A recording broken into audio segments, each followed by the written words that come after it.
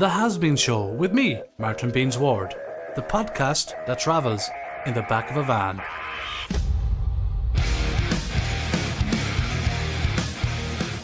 Hello and welcome to the HazBeanz Show. Today, on episode 2, we're going to talk about dog theft, cyberbullying and everything in between. Maybe a little bit of mental health as well. Today I'm joined by F Tierney, who is an avid dog lover, who's rising to prominence and fame on social media, talking about social issues, talking about animal rights issues, and talking about everything in between. So today I just want to say hello, John. Hi there. So John, today we want to talk a little bit about dogs and dog thefts, but I'll tell you what, before we get to all that, can you tell the listeners who may not have come across your Facebook page as of yet, and I reckon they will at some point, but can you tell us a little bit about what's your thoughts around animals, dogs? Why are you so passionate about this, and why do you so regularly speak out about it? I suppose my love of dogs started at a very young age. There was always a dog at home. There'd always be a family dog, or I was terrible for bringing dogs around the place. If I was walking, going to school or anything in the morning, and I seen a dog that looked lost, I'd head home straight away again with the dog, and I was always getting in trouble at home for bringing home strays, wandering dogs. And I think I got my first dog, my first gun dog, when I was 16. Jeff was his name. I trained him myself, and I think because I'm going to jump in every so often, John, because I'll tell you why. This is a conversation, and I'm not stopping in your flow, but the reason why I want to stop you now is, what the hell is a gun dog? Like, right. You'll have to break it down a little bit more simple. Yes. For me, never mind the listeners, they probably know already, but for me, I'm a bit thick. Okay, so we're going to start. No. Right. Don't worry about it. Keep going. What is a gun dog? You got it, John. I have it. Okay, lights, camera, action, right. darling. Well, what is a gun dog? A gun dog is a dog that's used for shooting. It's a dog that's trained to retrieve, to flush game, and to point game. You have setters, pointers that set game, and then you have flushing dogs, springers, and other dogs that will just flush game. Okay, so when we talk about a pointing dog, is that like... Okay, you'll have to explain that one. Right. A point, what he would actually do is he will freeze. When he gets so close to the bird, when the scent is very strong, he will actually freeze. He will actually lift one of his front paws, point his nose to that target, and he becomes rigid. You could almost catch him. You could actually catch him and move him. He is so solid. The dog just freezes up. It's called pointing. And they point their nose in the general direction. In the direction of where that game is. And by when I say game, we associate wild birds, pheasant, grouse, widgeon, woodcock as game. It's game. Okay. So so then I started shooting myself. And I can't remember a time I haven't had a dog. I don't think, maybe when I was in England, lived in England for a while, I had no dog there. But other than that, I've always had a dog or a few dogs. So I've always had a love for them. So then alongside the pointers, and you have the flushers, what do they do? Flushers, like a Springer. Okay. Labrador. Yeah. They search with their nose to the ground. They search on scent, and they're trained to flush the bird. And by flush, I mean to put the bird, to lift the bird, to make the bird fly up. Right. And that's what they are. That's their job, is to flush birds. It's to search ditches, woodland, briery ground, nettles, anything that's rough that a pointer will not really search in. They'll flush the bird, And a lot of people would rather shoot over a flushing dog than a setting dog.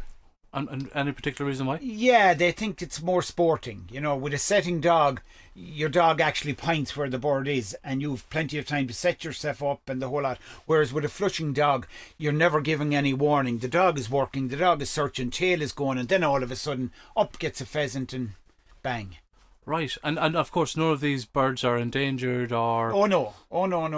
Is there any rules around that? Slightly now, maybe the woodcock. Maybe the woodcock will be slightly endangered. He is being overshot, and people are a little bit greedy, and this is a point I like to make. People are a little bit greedy when it comes to woodcock shooting. The woodcock comes here from the Scandinavian countries in winter, and depending on how cold it gets there, it depends what numbers you'll get of them here. And when they come here, they come in the south first, and they move their way up. They move their way up slowly. And by the time they get to here, sometimes there's a very low population of them. And I would always encourage, if you're going out after woodcock, if you get one or two, be happy with that. It's not saying you have to go home. You can hunt on, but don't shoot them. But there's people that like to shoot more than one or two, and big bags are got, and this is endangering the numbers. And of course, it's making people that love to see wild birds, woodcock, pheasant and everything else, it's making them say, well, look, you're greedy, what are you doing? You're wiping out all the birds. So we have to be conservationists as well as fowlers and shooters. We have to look after these birds so that they're there. We're only minding this for our children and their children, so we have to make sure that the birds are going to be left there for them, that we don't wipe everything out. It's interesting. So at what age would be your first time, I suppose, that you got your hands on a woodcock? Oh, till I think back, probably 14 or 15, out with my dad. I remember a woodcock is like a snipe, and I suppose you don't know what a snipe is like, so a snipe is like a woodcock. But they're a bird with a long beak. They're both visitors. They're both winter visitors. But now some of these birds will over summer here. They'll have lived here. But the woodcock is a mysterious bird. He flies mostly at night, very silently, and when he lands, he doesn't move a lot in the undergrowth. He feeds on worms. So when he flushes, he like a snipe, he waves. He's a wave in action when he flushes. So he's quite hard to shoot, and he's small. Body size, he's quite small. But I can remember the first pheasant, the first duck, the first widgeon, the first everything, because it's memorable, Yeah. It's like when I fished the first salmon, the first trout. But I maybe 14 years old, I seen my first woodcock, yeah, and it was a great occasion. And would you stand there, like when you have the woodcock? Would you just stand there and look at it, or? Like, what do? Do you throw it into a bag? Oh, yeah, you have a game bag. You have a game bag that you put it into, and you bring it home. And like I say to everyone, if you're going to shoot anything, make sure it's for the table. Never shoot for fun. Never leave anything behind you. Bring it home, prepare it, cook it, and eat it. And that's how I was brought up. Anything we ever shot, we ate. And if we had enough to eat, we didn't shoot. We didn't go out there to get big numbers. It was always for the table. Well, I suppose, I suppose I need to be honest. I am at odds about hunting animals. Yes, but that's a personal thing for me, and I'm of course I understand that. And maybe it's just that I'm a little bit sensitive to animals, but that doesn't mean that somebody who shoots to feed themselves is insensitive to animals. And I'm always going to be at odds about this. But then again, I've got cousins who go hunting rabbits, and go shooting as well. Yes. My brother has a gun. He's got a gun license. He's shot some ducks as well. Yeah. And I've always been fascinated about, like, how do you switch off that part of your brain that feels for another living creature or being? And my brother would just tell me, shut the fuck up, or something. No, that's a great question. That is a great question. But it is a good question. When it comes to me, if you watch me, if you follow me, I would spend hours sloping in on a flock of geese in a field with no gun, just to actually see them. I would spend hours, and I have with my daughter who's in America now, we would spend hours up on that hill, Castle Hackett, just to get near a deer, not to shoot it, just to see it. I love wildlife. When I bought my house here, there was not a twig or a branch or a shrub in this place. I've planted hundreds of trees. I've invited wildlife into my garden. I love wildlife. And can I just say, because we're on a podcast and I don't have the luxury of showing the pictures or video, but we're at John's home, which is outside Tuam Town, which is a small town in the west of Ireland. It's in County Galway, East Galway, isn't it? Yeah. East side, big up to the east side there, to the Tuam Shams, you're white. Big up. But just by looking around, you can see the place is surrounded by trees. It's absolutely beautiful. And I don't know if you can hear, maybe you can hear it in the background sometimes, the birds whistling. Yeah. Singing. Yeah. They're robins. Do you know, they're fucking mourning all the woodcocks they're shooting. That's what they're doing. That's what they're doing. That's what they're doing. They're giving out to me. It's a nervous breakdown the poor birds are having. Yeah. But look, I'm always going to be at odds with that. That's fine. I understand that. But and it comes down to the individual. And if I was brought up, and introduced to shooting early, there's no doubt in my mind that I would think differently about shooting an animal, for food. And I suppose there's always the other side as well. We walk into a supermarket and we feel nothing for all the animals that are laying all there. the chicken and because everything else. Because all the hard work has been done for us. Yeah, it has. And at times, I'll be honest with you, at times I've questioned myself whether or not I should be a meat eater just because of that. But another way to look at it is, look, the animals are being killed anyway.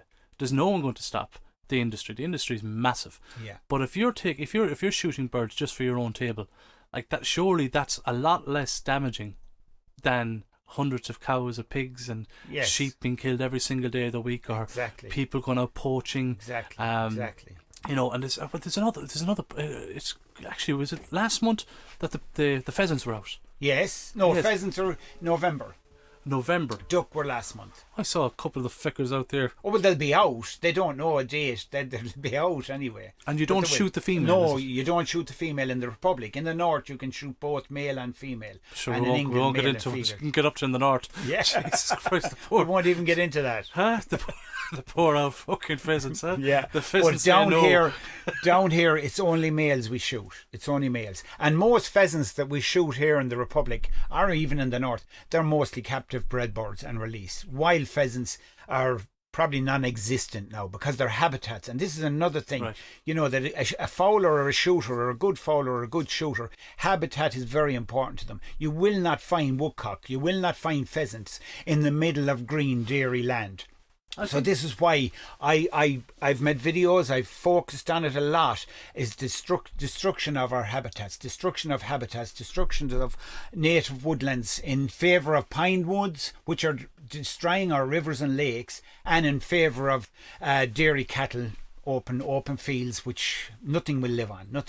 So, you know, I suppose maybe I do shoot a few pheasants, or I would shoot a few duck, but I think I try to protect the environment they come from. Yeah. You know. And I suppose, like, what threats to the environment do you see then on your is it a hunt or? Yeah, you call it a hunt, yeah. So when you go out then what I've noticed over the last few years is, we'll say places I would go. We'd all have our favourite places. All fowlers would have their favourite places to go. There'd be known spots to hold woodcock, because woodcock are a very funny bird. You could see two habitats exactly the same. Yeah. And yet you would never get a woodcock in one and you will get woodcock in the other. They have just they pinpoint their areas they will visit. And I've noticed over the last few years, maybe 10, 20 years, more so recently, that these habitats are being moved. Ditches are being taken down, drains are being filled in favour of agriculture, barley, wheat and dairy farming. Of course, roads as well. And roads, of course, and roads, and pine woods. I'm very, very strongly against pine woods because they support nothing. They may create some carbon dioxide for the environment, but underneath the pine wood, nothing grows, nothing lives, nothing feeds. Yeah. I'm in favour of native plantations: hazel, oak, beech, birch, all of these, hollies. Would you think a lot of the tree? Sorry if I couldn't have you, fine. But it is an area that I've looked at actually. Yeah. Because I love trees. Absolutely, yes. I do. I love trees. I love them. I love being out around trees. I love touching the bark. And Chris, the sound guy, will often tell you, I've often felt the heat of a tree. Yeah. When you walk through a forest at night time and you put your hand on the tree, you can feel the heat, and it's warmer than the rest of the environment around it. And I could never explain why, but I have this affinity for trees and for nature. Good. But one of the things I've often questioned, why more pine trees? Is it because this is a Cuilcha that they give grants for fast-growing trees? There's grants. A farmer will get a grant to hand over his land to plant it, but it's for the making of pallets, it's for making roofs, it's for making fences. This is what it's fast growing. There is a need, yeah. There is a demand for it. Okay. There is a demand for it, but there is also a demand for hardwoods. But you see, the quick buck is in the pine. Yeah. Quick buck, it's fast growing and it's quick turnaround. Whereas if I say to you, right, you have 10 acres of land there, I want you to grow oak trees on it. Well, before that will become payable, you'll be a good age. You'll be a good age. But we have to say that. We have to plan ahead. And we have to grow these type of trees. Now, there is a new, I've just heard now they're going to plant, I think it's 10,000 trees in the coming weeks, which is a great thing. But I hope that they're planting native trees. I have a tree here in the garden, and just not to cut across or anything, but I have a tree here in the garden that I grew from a conker. Yeah. I grew it when I bought this house first. I planted the conker in a pot, loamy clay and sand, I planted it, and I've just seen yesterday that it's produced its first conker No itself way. now. Yeah. So what I will do now is I will play grow conkers that. when you're younger. Yes, of and you're course. going around with, and you'll be I'm putting baiting them in the knuckles oven. off each other. Like sometimes you'd miss on purpose. You would, and getting the laces. You'd have no laces in your shoe because you'd be playing conkers. Oh, you'd be going straight for the shoes you'd use out in the bog. They're the first laces to go. That was it. Yeah. And you'd always want to play like conkers against the big bully in the schoolyard. You would, yeah, to because beat him. Wrap his knuckles with the conker. Yeah. And you'd put them in the oven the night before to harden. Oven? My father used to put varnish on them. Yes, and show on the inside of a small little bit of concrete. to harden it up. You couldn't lose. Well, fuck the bullies, you know. Yeah, that's it. But you know what? On the topic then of, I suppose, about trees, and on the topic of you know, I suppose Quilcha, it is Quilcha, isn't it? Yeah, yes, you're right. So on the topic of Quilcha and giving grants to landowners, and because it's not just farmers, people often buy land to get the grant because it'll often pay for the land over time. Are they inherited? Yeah. Yes. But one of the things I've often wondered was, why don't we start introducing more hemp farmers, giving people the opportunity to grow hemp. Now, when I say hemp, it's hemp with CBD without the THC. Yes, of course. Which is legal. It's legal to grow. Yeah. And as far as I know, there is a little bit of an issue at the moment. I know Little Collins Cafe in Galway had, I think it was €100,000 worth of, I may not be right in the number, of plants taken from them in a raid. It was a drugs raid. And the owner of that shop is now up in court to defend himself. Because his plants back. Because I think they're I don't know if he's been charged but it's up in court anyway, and the DPP the Director of Public Prosecutions has said it'll be dealt with in the local court, as in the district court. Yes. And the judge recently said now she understands why, because it doesn't contain the THC, which is a psychoactive ingredient within the plant. Yes. But I've often wondered, why don't we look at hemp as the next plant, because it doesn't require crop rotation. No. It doesn't destroy the soil. No. It has many uses. In fact, you could use it for building. You could. But there's so many different uses. There is. I don't know. I don't want to offend farmers here, but we have a mentality in this country: if it's not a sheep, if it's not a cow, it's not a farm animal. You know, we're overrun with these animals. We're overrun. We're producing too much dairy. We're producing too much milk. We have sheep on top of sheep, and you know we have to diversify. You know, we have to change. Another one I draw to your attention is hazelnuts. Right. Hazelnuts. The world needs hazelnuts. The demand for them is huge, for different things, for cereals, for cooking, for chocolates, for all of this. Hazelnuts. And we have the perfect climate for growing hazelnuts. The perfect climate. And that is another thing that should be looked into and maybe invested in. But yeah, you are right about hemp. You are. I think it's something that we should look at. It's something that we should. In fact, I'll go one further. I think that the decriminalisation of cannabis as a whole should be something that we look at, because if we look at the Portuguese model, and we look at the amount of, I suppose, crimes that have gone down because people aren't being arrested for petty crimes. And the police forces in Portugal have been freed up now to actually deal with real crime. And they've decriminalised it to the point where you're allowed to hold a personal amount for personal use. Yourself. Yeah, well, like, you're not going to walk around your back pocket and have fucking 3 kilos of fucking or have it in front of weed. you with a wheelbarrow. You know what I mean? No. You never get a day's work done. No, you get nothing done. That's right. You'd be followed by every horse in the country. You would. But I look, for me anyway, I'm not an expert in this. I'm not an expert. I know that cannabis psychosis is on the rise in Ireland as well. Okay. So there is a very real problem with cannabis at the moment that's not really been talked about. But one of the issues with cannabis psychosis is it's a lot of homegrown stuff that contains far too much of the THC chemical that wouldn't normally be in an average, organically grown plant. Yeah, grown plant, and that's causing something that's called cannabis psychosis, and it's on the rise. And a lot of leading psychiatrists have been talking about it for a long time. But if it's made legal, then it can become regulated, and then you can watch things like that. And you can make it safer. You can police it. So there you go. That was the first section of the HazBeanz show. We'll be back in a second. John, would you like a cup of tea? Yes, please. I'd love one. Brilliant. Back in a sec. But Jesus, time for a cup of tea on the HazBeanz show. Isn't the old cup of tea nice in there? Lovely. Can't beat a nice cup of tea. In good company. Good company. Good company is what makes it all worthwhile. And I keep saying it, but I want to drill it into people's heads that when I invite somebody into the camper van, it's to invite them in to have a little bit of a taste of traveller hospitality in a camper van. Yeah. And as time goes on, I'm going to start putting pictures up in the ceiling, up around the walls of Lovely. like tinsmiths. Like you probably would have known proper tinkers as well. Oh, I did. I knew Martin that used to make the buckets there on Gilmartin Road.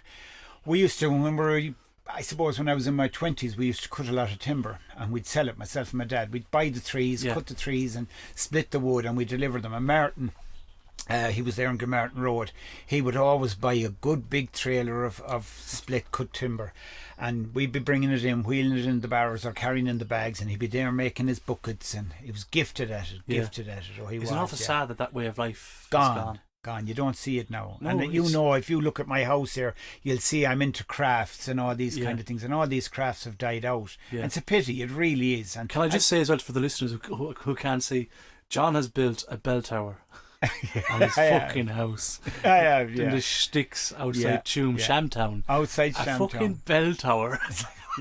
That is my folly. That is something that I leave behind. It's great. My name is on it, and even though, as I say, and as you all know, I built it without permission, and as I always say, it's easier ask for forgiveness than permission. But I will finish it. It's getting finished now. The whole house is getting finished now, bit by bit. Looks brilliant. Slow progress. Thank you. But I will get. I said to you before we started recording, Nick, I love buildings with character. Yeah. And it's like you leave Tuam and you leave all the lads down the road, back the road, and you leave all the Tuam shams, and you're leaving and you're driving and you pass the speed limit and you're allowed to tear into the road again, and all of a sudden you take this turn and you go down this windy road, and you're driving, and you're waiting for someone to come out from a ditch with a fucking fridge that they're trying to get rid of. And all of a sudden you see this house with a fucking bell tower.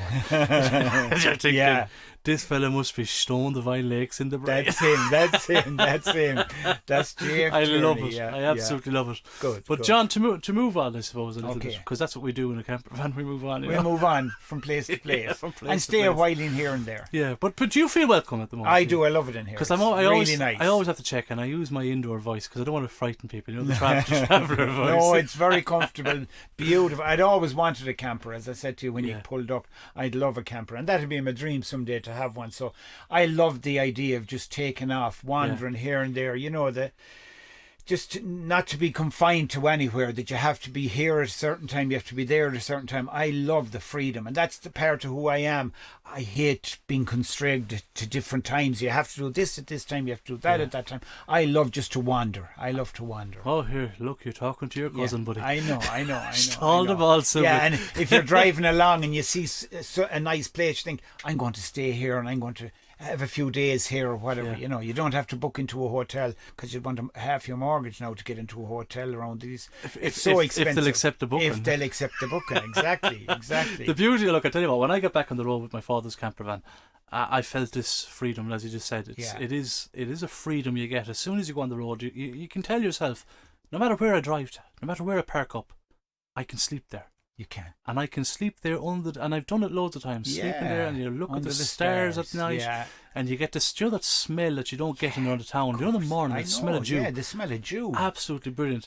And a misty sunrise, and just to get up and look at the haze going across the fields. And have your first cup of coffee in the morning. Beautiful. And if you're anything like me, after the first cup of coffee, you run straight away to the nearest tree, because that's running the guts of you. The first coffee in the morning gets you. Yes, but I remember when I started driving the camper van, people said, you're not a real traveller, you should get a trailer.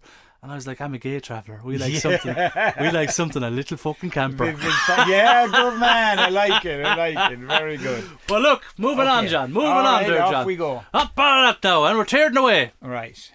So, John, as somebody who loves dogs, recently enough, we saw a lot of, I suppose, fear on social media.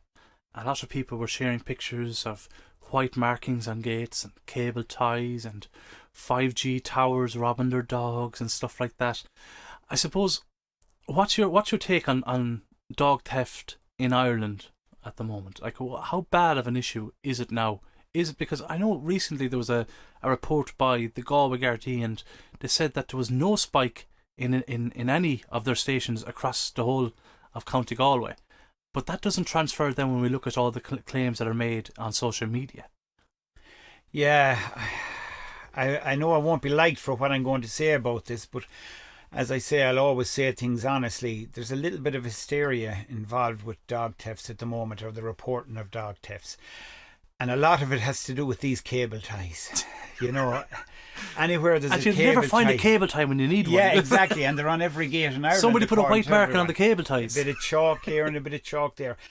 And a lot of these cable ties get on gates because they were put on to hold something. A flag, a poster, put on for something.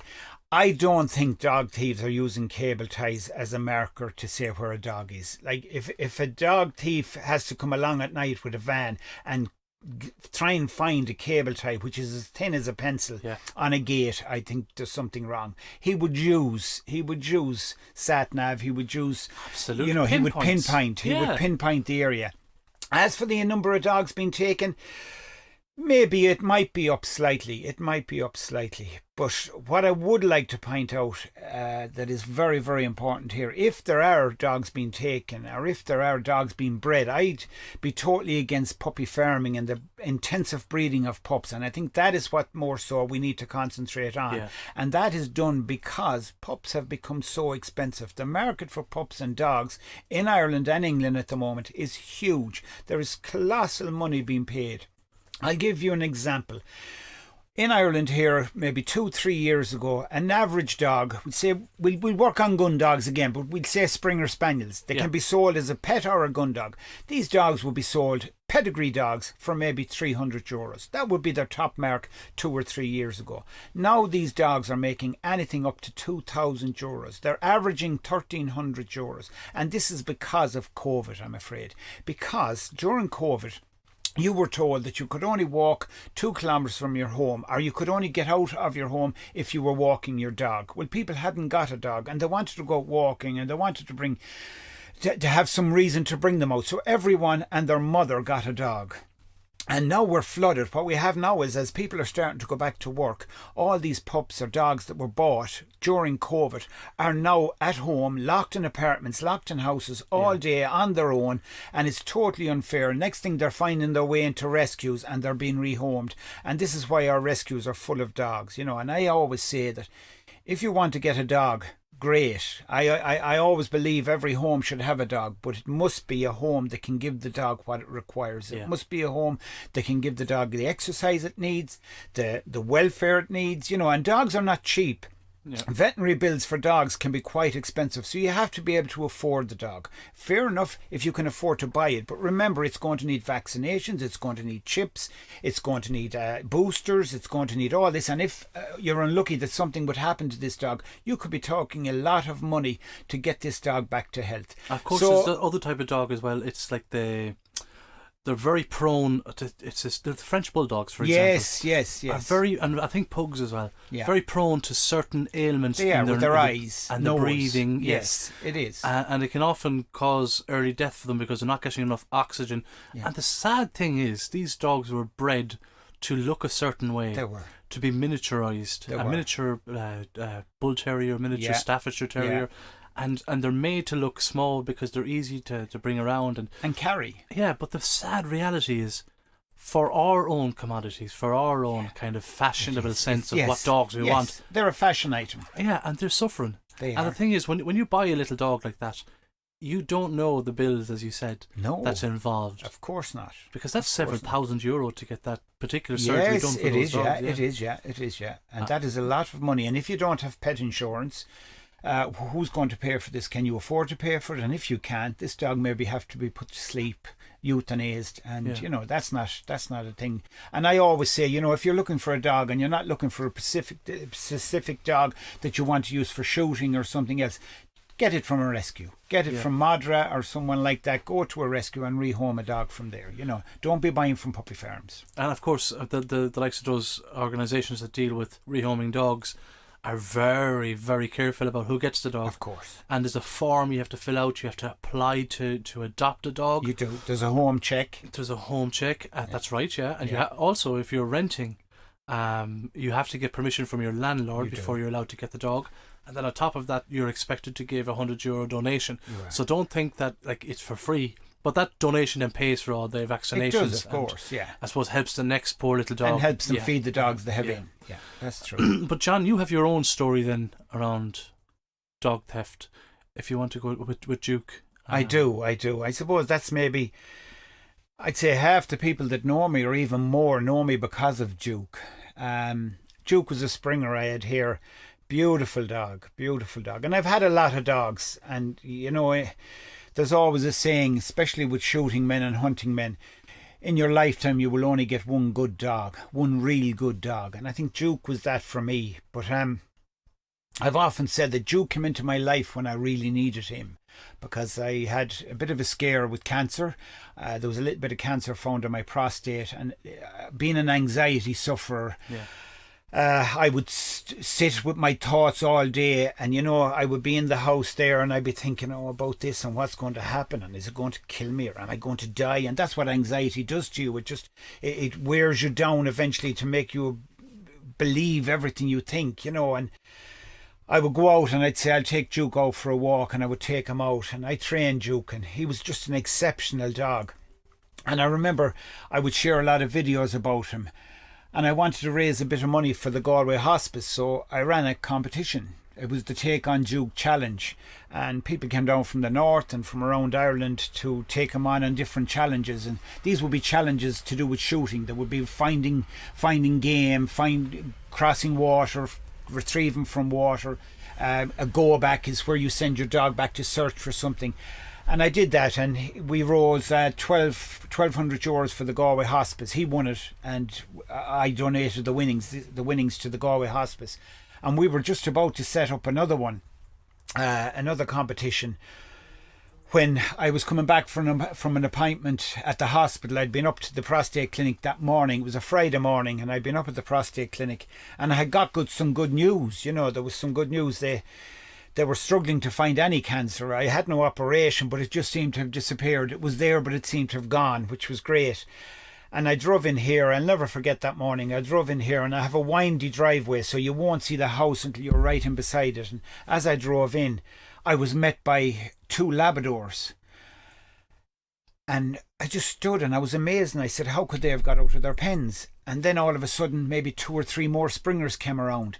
Oh, wow. So I got out of my Jeep and I stood and I thought, what's wrong here? And I noticed under the hedge was Earl, who's Duke's son. And Earl was lying down, and I couldn't understand why he was lying down. So I beckoned him over to me, but he dragged his back legs coming across to me.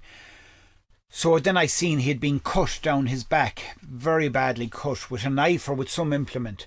So I picked him up and I put him in the back of my Jeep, and I gathered up the rest of the dogs and I put them in their pens. And when I got into the Jeep with Earl, then I realised I hadn't seen Duke. And I thought, where's Duke?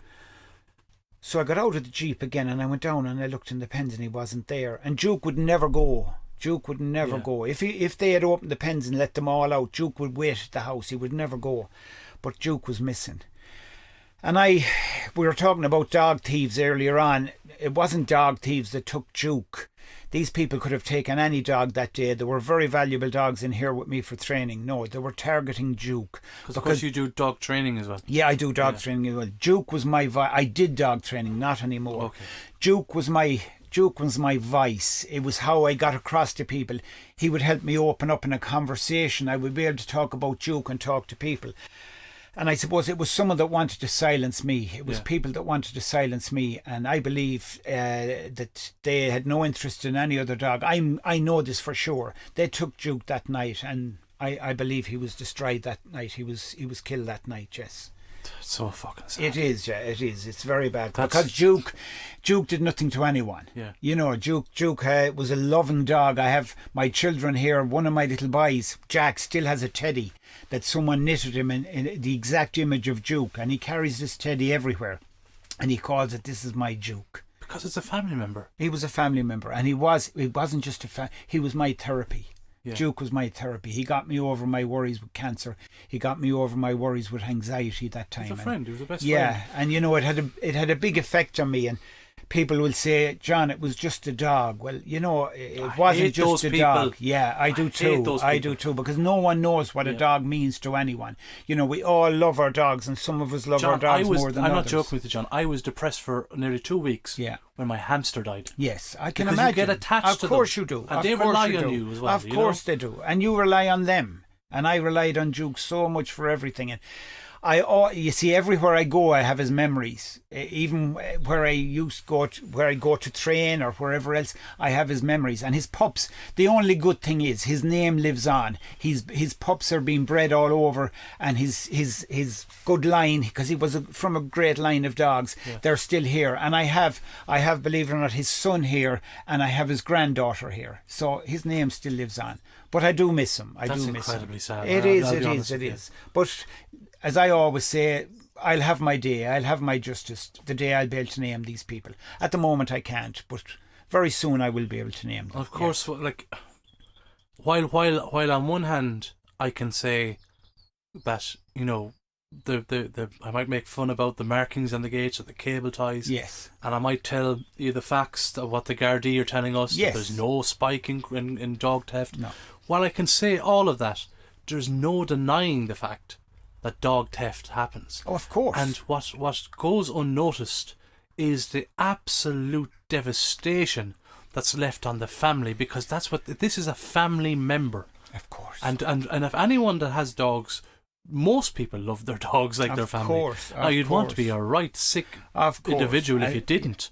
But like, when you take away someone's dog and then to kill it, that's beyond. It's devastating. But just to steal somebody else's pet is devastating, and anyone that does that deserves the full rigour of the law. They do. And what is the law around that, John? Well, you can be done for theft. I don't know what the penalties are. I think they need to be increased a little bit.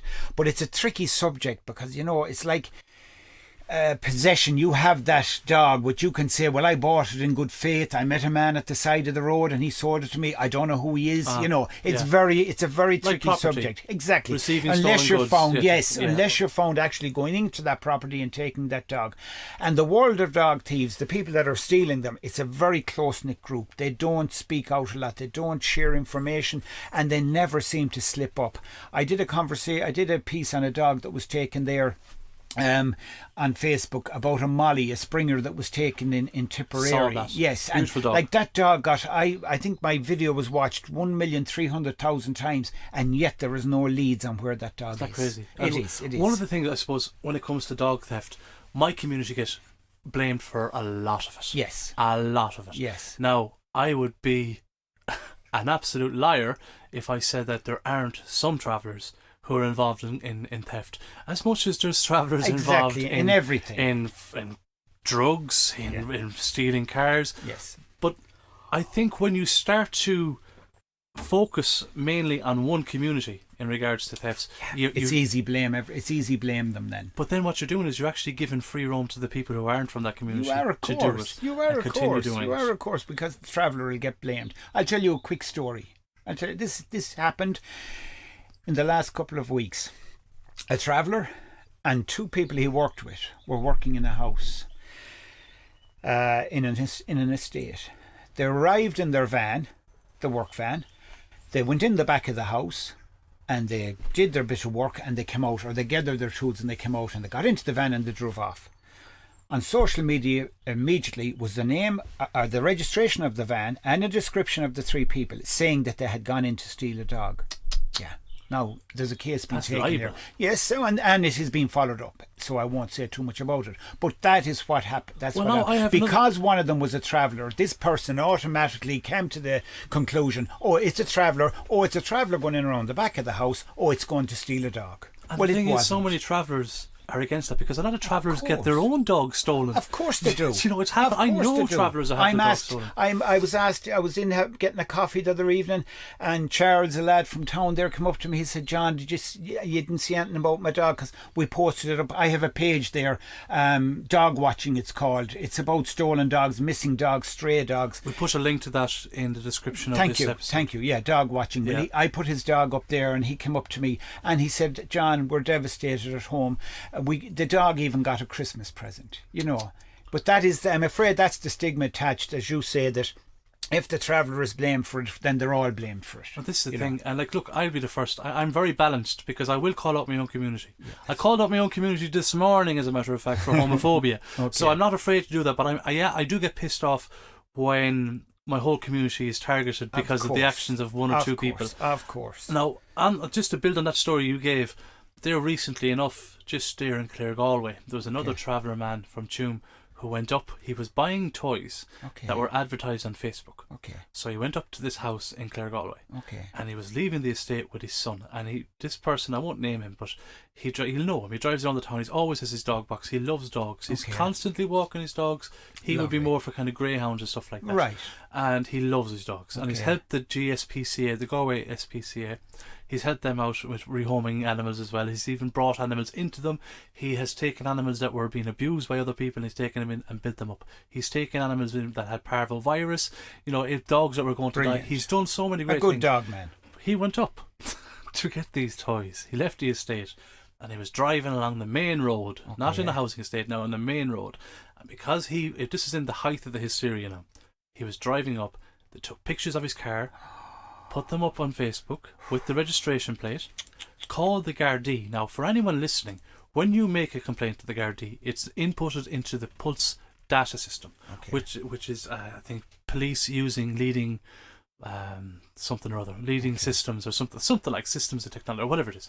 But the Pulse system holds that. So when you make a complaint, you're put on a file.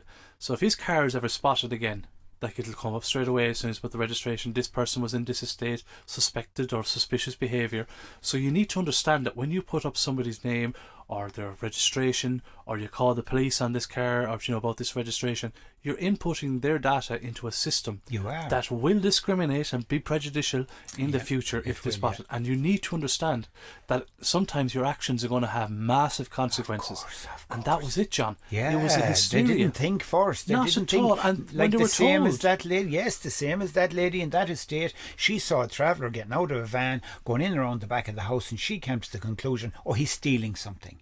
Without thinking first, and say, well, maybe he's not. Maybe he has a legitimate reason for being there. Like your man, you were saying, had a legitimate reason for being in Claregalway. He was buying ties. He was even showing the messages from the person selling the toys, who was a local in the area. Oh my God. He was showing them why he was there. They didn't care. They didn't care.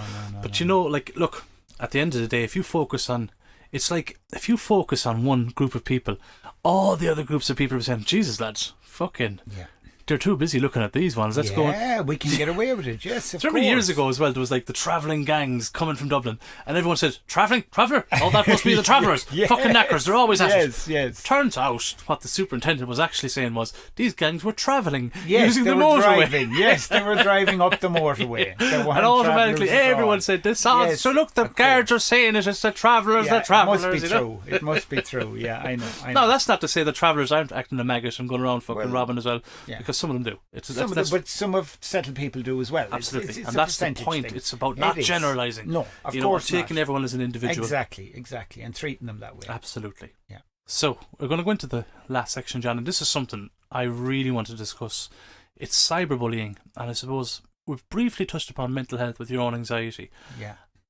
Can you tell me a bit more? Like, we were talking before the podcast started about this new thing called Coco's Law. Do you want to just explain a little bit what that is? Yeah. Coco was a young girl in Dublin who was, I suppose, bullied from a young age, bullied from school, bullied as she grew up.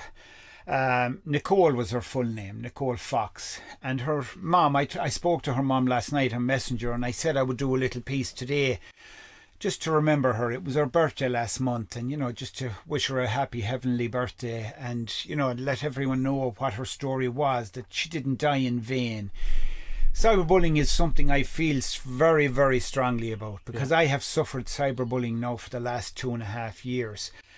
And these people, they really are, I suppose, cowards at the back of it all, because they do most of it behind fake profiles. And the idea of Coco's Law is that Facebook will be made reveal the identities of these people.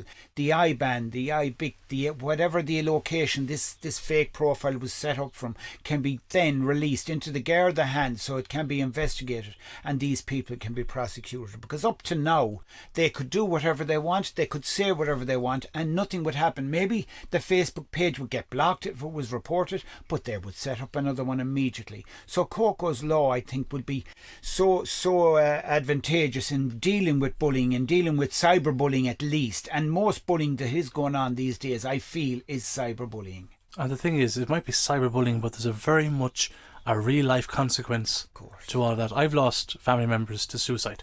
Okay. And now, while I don't think there was bullying involved, but what is bullying? Yes, yes. Like, bullying isn't calling you fat or calling you tall or saying you're blind or saying anything. Bullying takes many, many forms. Many, many forms. It can be just talking about the way you dress. And I might say to you, well, Martin, that shirt doesn't suit you. And you might say, well, I don't give a shit, John. I like it myself. But whereas to someone else, saying that shirt doesn't suit you could really change Sorry, the John, way can they feel. Can we just clarify that before we move on? Does my shirt suit me? It's lovely on you, Martin. Oh, thank you very much. It really is. Can I borrow it? It wouldn't fit you. You could pitch this up as a fucking marquee. Yeah, I know. I could. But you know what? Look, both of us here, John. I've suffered from anxiety since I was 14 years of age. Okay. When I took my cousin out of the swimming pool here in Tuam, when I took her out, she was drowned. She was dead in my arms, and I took her out of the pool. Okay, and I remember bringing her over to the edge of the pool, and I remember her lifeless body, and I was pushing her up over to the edge with the walkway around the pool. Okay. And there was 2 young lifeguards on that day, and that stuck with me. The smell of chlorine alone. When I walk in around a swimming pool now and I smell chlorine, that memory comes back. It does. It does, and I get all rigid. Of course. So, like, for me, it's a prolonged anxiety that I have all my adult life. Yes. And you're something similar. I have very similar. I have very, very severe anxiety. And I don't mind saying depression. I suffered a lot of depression in the last 1.5 years. And I suppose it's from a situation that I'm going through, a bit of a battle that I'm going through at the moment. But, we never know. And the thing I always say is, you please, before you ever say anything to anyone, remember you don't know who you're saying it to. You don't know what you're saying, how it will affect them, how the simplest little word may affect someone and may leave them thinking, may leave them upset, and may lead them to take their own lives. And none of us want that on our conscience. So please, before you ever start bullying, and another thing I want to really state here is, encouraging bullies, because a bully only bullies because they have an audience, because they have someone to encourage them to do it, because they have people saying you're brilliant, you're great, you're this. They're not. They are cowards, and they are only performing for their audience. So when their audience isn't there, they won't perform. So if you are a friend of a bully, you know a bully, and you see them bullying, please stop encouraging them. Please tell them, would you like this if that was your sister? Would you like this if that was your brother? Would you like this if that was you? And please don't encourage bullies. I can only mirror exactly what you said, and it's something, to be honest with you, I can be very sharp at my tongue. I can be quite arrogant at times. I don't ever go out of my way to hurt anyone. I understand that. And the reason why is because I have been hurt. Yes. I have been hurt by that little jibe, or that, being gay as well as especially the whole gay thing. Yes, especially. And in the travelling community, that would be looked down on. Oh, of course. As much as, I suppose, as much as the trans community are facing the same level of shit right now from the settled community at the moment. Exactly. And it's only in time that'll all change, basically. It will. When people become more educated, more understanding, and more in tune with what people are. We're all individuals. We're all so different. We all have different needs and wants, and we have to be allowed to live our life the way we want to live it. If people don't like the way we're living our life, then piss off and follow someone else. It's all about love. It's all about love, sharing love and being happy. We're all different, and there's no harm in embracing difference. Not a bit. If we were all the same, life would be dull and boring. John, it's been an absolute pleasure to talk to you. Thank you so much for opening up, and thank you so much for telling me so much about, I suppose, cyberbullying, and especially about dogs. I knew feck all. Can you imagine? A traveller just doesn't know anything about dogs. And I wouldn't. And here's one to top it off. The cherry on the top of that cake is I actually have equinophobia, which means I have a fear of fucking horses, which is my an God. Eskimo afraid of frostbite. Are you a traveller at all? I don't know anymore. Guys, you've been listening to the HazBeanz Show. John, thank you so much for being on the show. I'm delighted. I just want to say thank you so much for coming to my home. Thank you for lovely tea, and thank you most of all for a great chat. No You're problem. a good guy, and I don't open up to many people, and I felt very at ease with you. Thank you. Thank you very much for joining us, John, and I will have no problem removing that copper wire I saw around the side of the house. Guys, you've been listening to the And the HazBeanz dog. Show. Oh, and the dog! I love the dogs. Guys, you've been listening to the HazBeanz Show. Thank you so much for listening in. I'm back again next week. On sound, we had Chris Stura, who's doing a fantastic job. Gives a whoop whoop there, Chris. Whoop, whoop. There you go. Talk to you next time, folks. You can follow the HazBeanz Show on Twitter at HazBeanz and on Facebook, the HazBeanz Show. You can support this show on Patreon at www.patreon.com/HazBeanz. HazBeanz. The HazBeanz Show is available on all platforms, as in iTunes, Spotify, etc. The HazBeanz podcast is presented by me, Martin Beans Ward. On sound and sound engineering is Chris Stura. Thanks for tuning in. Catch you next time. It's Beans in a pod, but this pod is travelling.